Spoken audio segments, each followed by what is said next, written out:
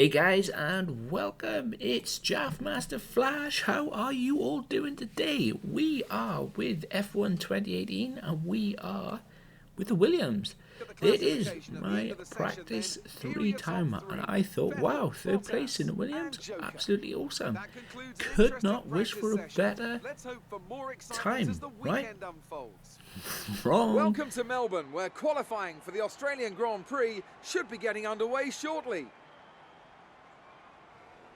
And as we count down to that green light, I have to say, Anthony Davidson, that this rain is not showing any signs whatsoever of abating.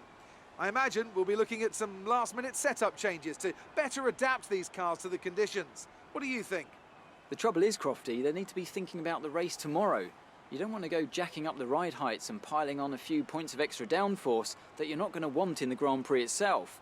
The Parc Fermé regulations mean that you have to make that choice. The best thing the drivers can do is adapt with the tools they have available in the cockpit. Moving the brake bias forward will help stop the rear end slipping out under braking, and opening up the differential can really help tame the oversteer on corner exit. The drivers that can make best use of these techniques will have the best chance for success here today. So, with the last set of highlights, like I said, I would do my fastest laps, and this is it. Q1 absolutely hammering down. I tried to hold off for as long as I could before setting the time. Unfortunately, I held off too late, and it was 2:30 left on the clock. Yeah, should have gone out a lot sooner, but the rain was just so bad, and the car just does not like the rain. It slipped, slide, couldn't grip. It was unreal just how bad the grip was up there. Tried my best, and as you can see, it's the best isn't good enough. I'm currently sitting in P20, and this qualifying in this weather was so difficult. So difficult. Unlike the last career where the Ferrari in the wet was awesome, it was like a boat going through the water.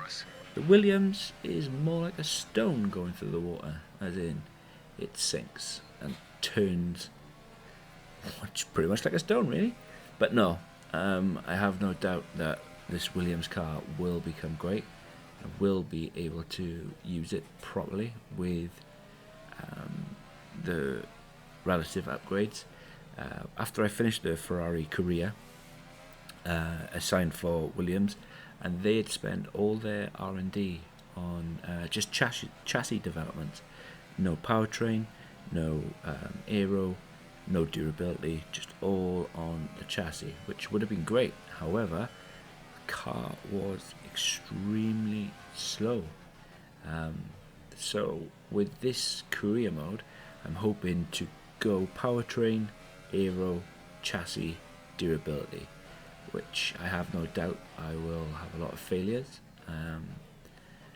We've got some upgrades on the go, and hopefully to have them before China, but 30 seconds left in the we session. shall see. This car was just, I love the Melbourne circuit, Albert Park, absolutely love it. However, in the wet, in the wrong car, it's extremely difficult. It really is. It's a really good challenge, though. Great challenge, and absolutely love it. As you can see, qualifying is coming to an end. I'm just on the end of this lap. The worst thing about this lap was I just couldn't go any faster, and my teammate managed to beat me. I think Sorokin qualified a lot higher up than I did, because there was no way I was setting my car up for the wet qualifying when I knew tomorrow's race was going to be absolutely sunny, and that would have been a real rookie mistake. But I think me not changing the car at all helped me big time in the race, which you will have to see. That is coming up shortly. So there it is, cross the line, yep. Sorokin P12, myself P18, which, yeah, I suppose I could have gone faster. New drivers, new cars and a new Formula One season. But it's the same Albert Park that we've come to know and love for more than 2 decades now that hosts the first round of a 21 race championship, taking us from here in Melbourne, Australia, across the globe before we eventually reach the season finale at Yas Marina Circuit in Abu Dhabi. Here's the track then, 16 corners, 6 to the left and 10 to the right. They make up the 3.3 miles around Albert Park Lake, with turn 1 and 3 providing the best opportunities to pass. We have plenty of changes to the sport this year, with the addition of new safety features, the return of France and Germany in an expanded 21 race calendar, and more tyre compounds than ever before. And of course, we have some big car manufacturers back in the sport too, with Alfa Romeo and Aston Martin returning as title sponsors for Sauber and Red Bull respectively. Joining me to take you through all the action of the 2018 Formula One season is Anthony Davidson. Great to have you with us. Thanks, Crofty. Always happy to be here. I'm looking forward to getting underway. Last year was Mercedes' 4th Constructors' title in a row, although for the first half of the season it was absolutely neck and neck with the Ferraris. Hopefully this year we can see the chasing pack take that final step, as I'd love to see a championship contest all the way up to the final race in Abu Dhabi. Another story to keep an eye on is the relative performance of McLaren and Toro Rosso, who have exchanged power unit suppliers this year. And given the additional restrictions on engine components, they need to be strong in terms of both performance and reliability. With that then, let's run through the grid order. An immense lap from Lewis Hamilton yesterday puts him on pole position, and Max Verstappen lines up alongside. Looking down the rest of the grid, we have Raikkonen, Bottas, Sebastian Vettel and Ricciardo, Perez, Hülkenberg, Sainz and Roman Grosjean, Ocon, Magnussen, Marcus Ericsson and Alonso, Sirotkin, Van Dorn, Pierre Gasly and Joker. Hartley and Charles Leclerc rounds off the grid. And with preparations almost complete, let's head down to the track. So, lights are out and we are off. I had a real poor start. I think I dropped down to P20. However, I was lucky enough to be able to send it and gained a few places. Sorokin, he obviously didn't make it out to Q2. He finished P15, qualified P15, and managed to duck down the inside of Alonso. And there he is, my teammate Sorokin. Hopefully I can get past him, but you will have to watch the rest of the race. Guys, before I go and leave you with the rest of the race, if you are new to this channel and you like what you see, hit that like button, hit that dislike button if you don't like it, but let me know why you don't like it down in the comments below. I'm open to return Williams to their former glory. Guys, please like this video, please share this video, please subscribe to this video, and I shall catch you in the next one. Peace.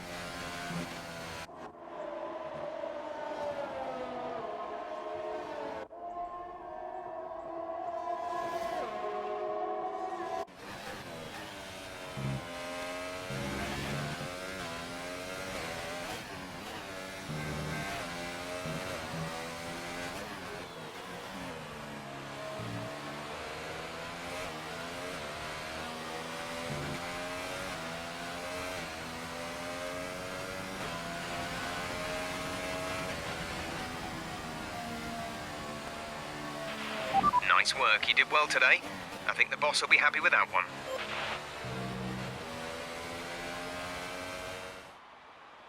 That's it for another Grand Prix and a fantastic win for Mercedes. And I have to wonder, Anthony Davidson, just what set them apart from the competition here. Well, tyre management probably played quite a large role in the outcome of this one. As ever, it's not just about speed, it's all about maintaining that speed consistently over a stint, over a race distance. So being able to keep up the lap times while still being smooth on the controls and gentle on the tyres, that's really where the race was won today. So as I say that, we can see the drivers coming out now to collect their trophies. It's yet more silverware to take back to their base in Brackley after another excellent Grand Prix.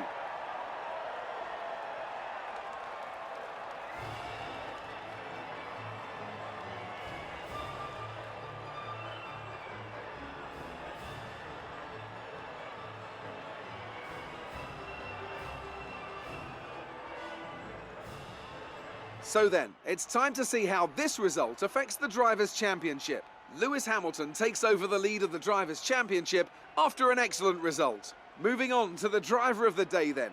Anthony Davidson, who would you go for? I have to give it to Joker. That was a commanding performance today. Very impressive indeed. On to the constructors then. Mercedes move to the top of the table. After all that excitement, it's time for a lie down, I think. Thanks for joining us and goodbye until the next race.